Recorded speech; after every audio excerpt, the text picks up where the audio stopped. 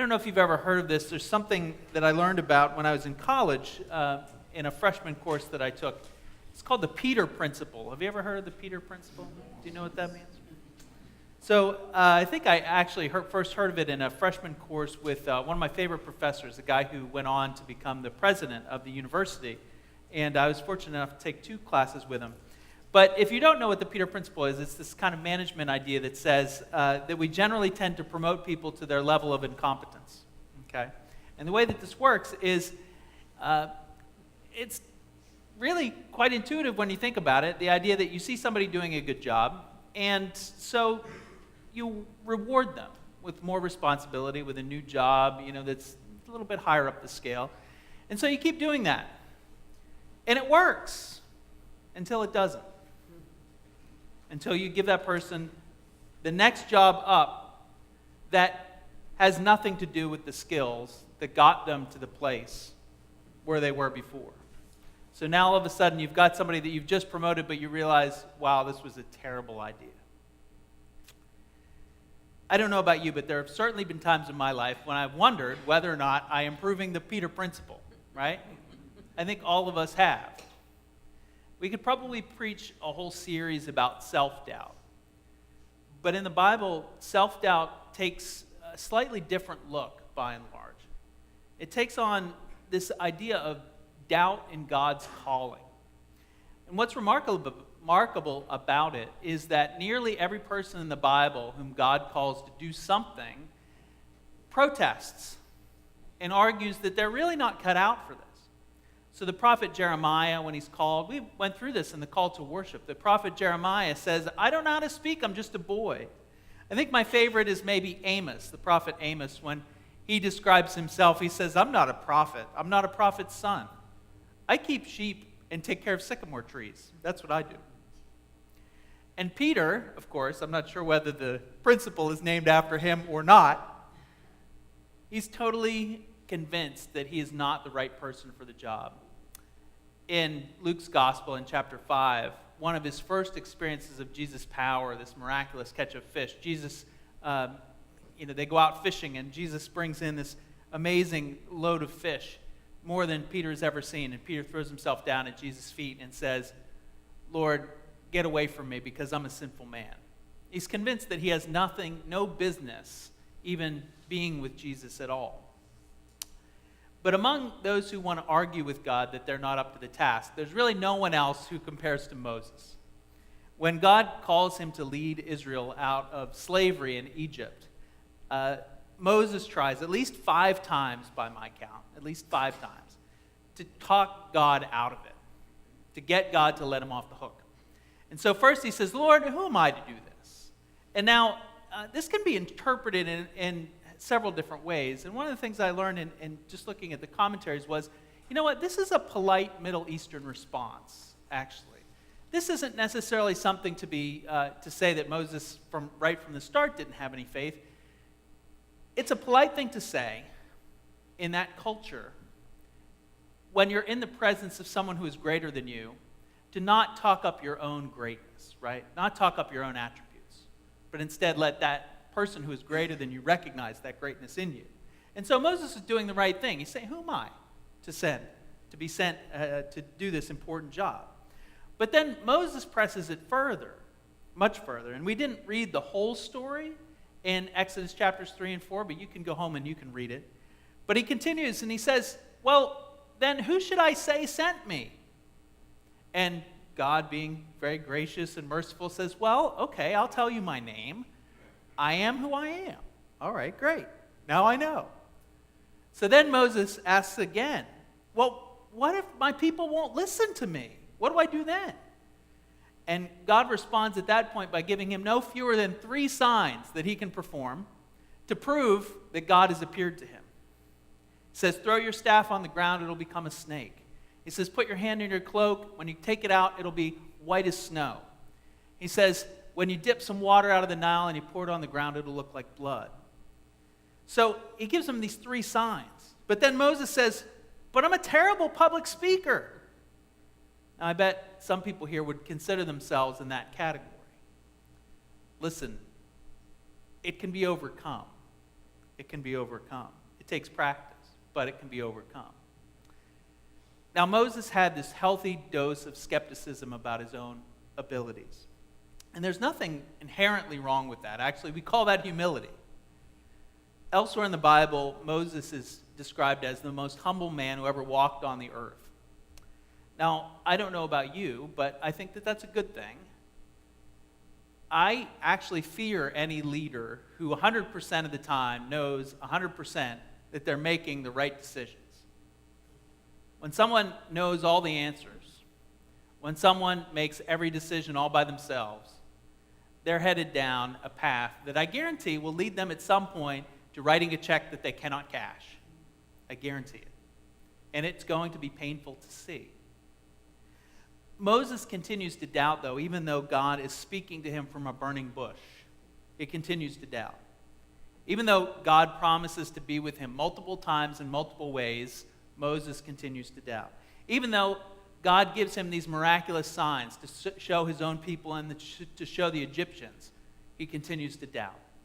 Even though God promises to give him a course in public speaking, right? He continues to doubt.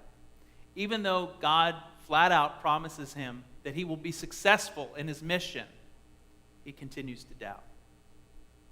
And at this point, the doubt that we can talk about is beyond the minor, healthy self-doubt that constitutes humility. He's way beyond that. He's actually doubting what it is that God is trying to do. He's doubting whether or not God should be calling him.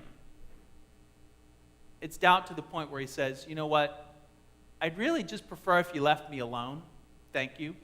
I appreciate it, but I'd really prefer if you just left me alone. Send someone else, he says. Flat out, send someone else. I wonder if you've ever come up against something where you felt God pushing you to take an action, to do something, to speak up, to take a stand, to be a leader,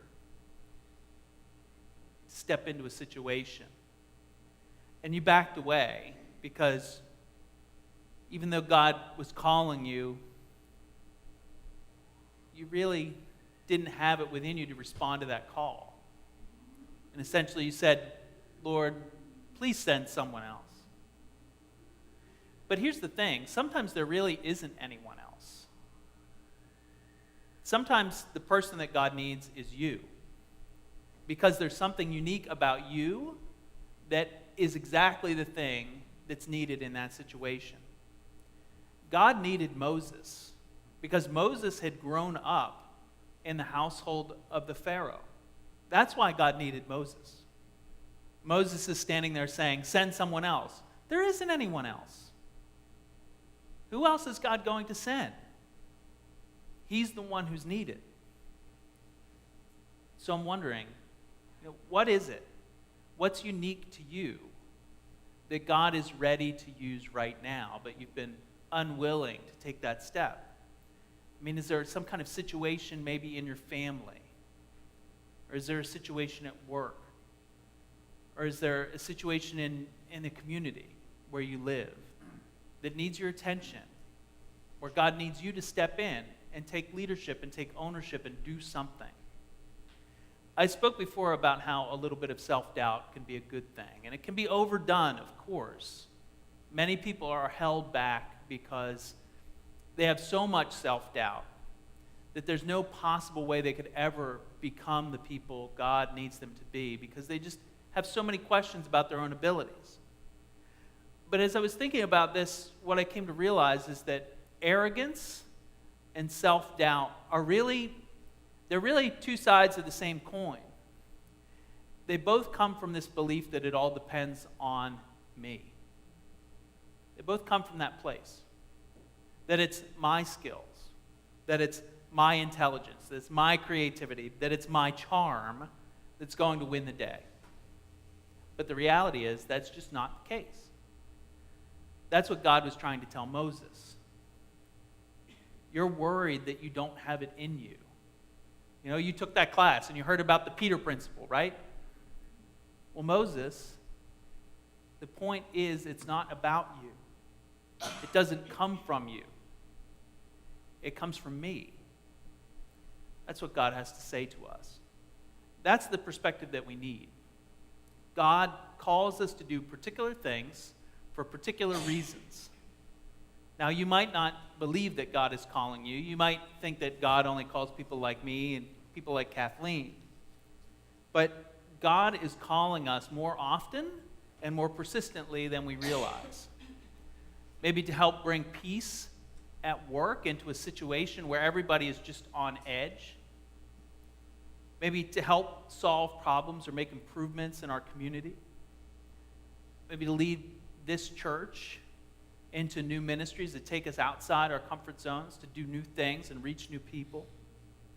And yes, you can say, send someone else. You can say that.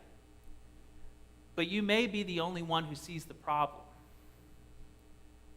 God's calling isn't just to this lifetime vocation. God's calling is not just to do great things. God's call happens in the everyday. Things that need to be done. Changes that need to be made. Kindnesses that need to be shown. Prayers that need to be said. These are the kinds of things that God calls us to. So don't doubt God's calling. Don't say that you're unworthy of God's calling like Peter did. Because the reality is all of us are unworthy. None of us is really equipped to stand before God and do the work that God has called us to do. Don't say, I can't do it. Because the reality is that you're not the one who's being asked to do it. God is the one who's going to do it through you. And you can try to tell God to send someone else. But if you read the end of the story, if you can make your way through all the language, you'll see how that turns out for Moses. Essentially, what God says to Moses is, okay, I'll send your brother Aaron with you, but you're still in charge. You're still in charge. You can't run away from God's calling. Doubt is delay. To delay is to deny.